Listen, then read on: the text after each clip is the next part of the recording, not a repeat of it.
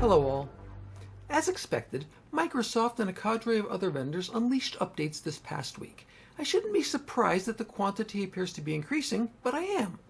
With the concerted push for the past few years on zero trust and memory-safe software, shouldn't the defects be decreasing?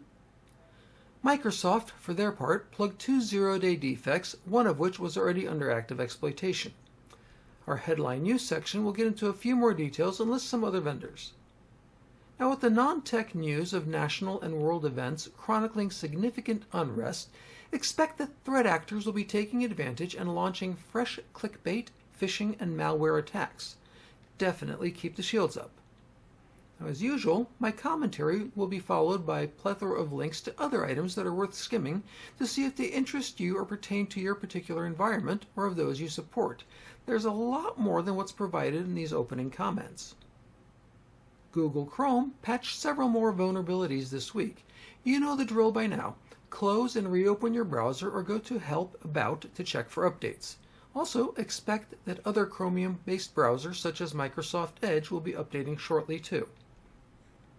Fortinet has revealed several high-severity vulnerabilities in FortiManager, FortiAnalyzer Big Data, FortiOS SSL VPN Web Mode, FortiClient EMS, FortiClient for Windows, Basically, if you have anything Fortinet, look for updates and apply them quickly, as this vendor is a favorite of enterprising threat actors. Ivanti has unleashed fixes for 3 defects in their workspace control product. To quote their announcement, Ivanti has released updates for Ivanti Workspace Control, which addresses 3 high-severity vulnerabilities. Successful exploitation could lead to credential compromise, end quote. You'd think they would have found all these things by now, since they've been doing code review for the past couple of years. Thankfully, there aren't any reports of active exploitation of these vulnerabilities yet. Microsoft Patch Tuesday provided 66 defect fixes, with at least one actively exploited zero-day receiving a patch. There are some doozies in the list of defects, such as a Windows SMB client elevation vulnerability, remote desktop vulnerability, net logon, Windows cryptographic service, and a goodly number of Office Suite issues. Needless to say, vet these quickly and apply them as soon as you can. If you're interested in an excellent review of the history of Microsoft vulnerabilities, check out the Beyond Trust report link in our ransomware, malware, and vulnerabilities section.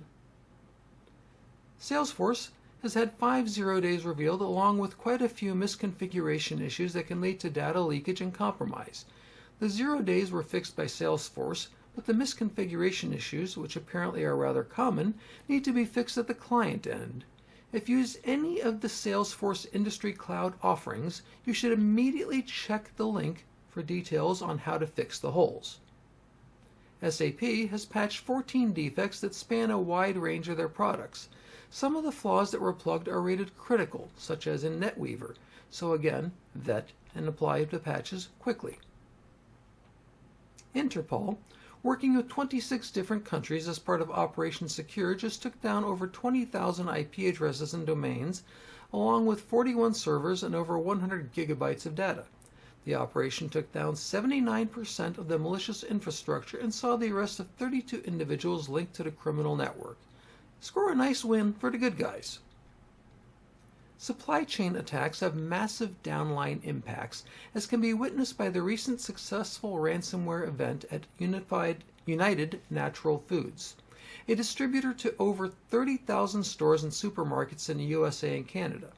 Whole Foods, UFC, Safeway, Central Co-op, and more are all experiencing product shortages. Trucks are sitting idle since they're not able to receive orders and fulfill deliveries. Fuel for those trucks will not be purchased. Farmers that have produce piling up cannot get it to market, and the list goes on. We need to realize that these type of supply chain attacks have far-reaching impacts that, if not remedied quickly, can have devastating economic impacts.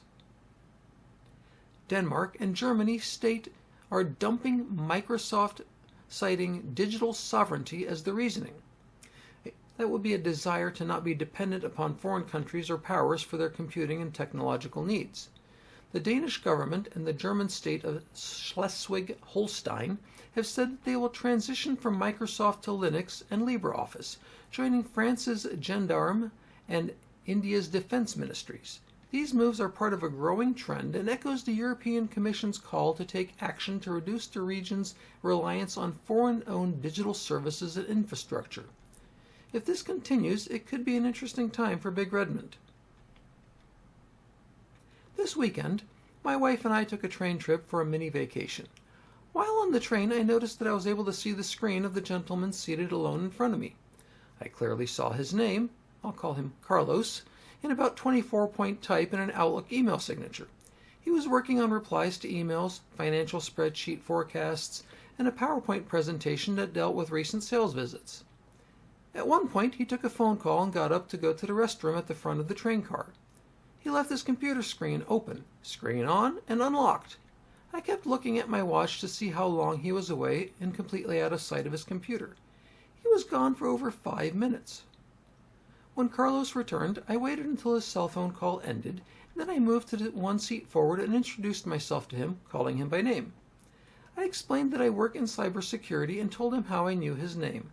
Then I explained that in the time that he was gone, had I been a threat actor, I would have had more than ample time to install a malicious keylogger that would have compromised his computer and subsequently his entire company.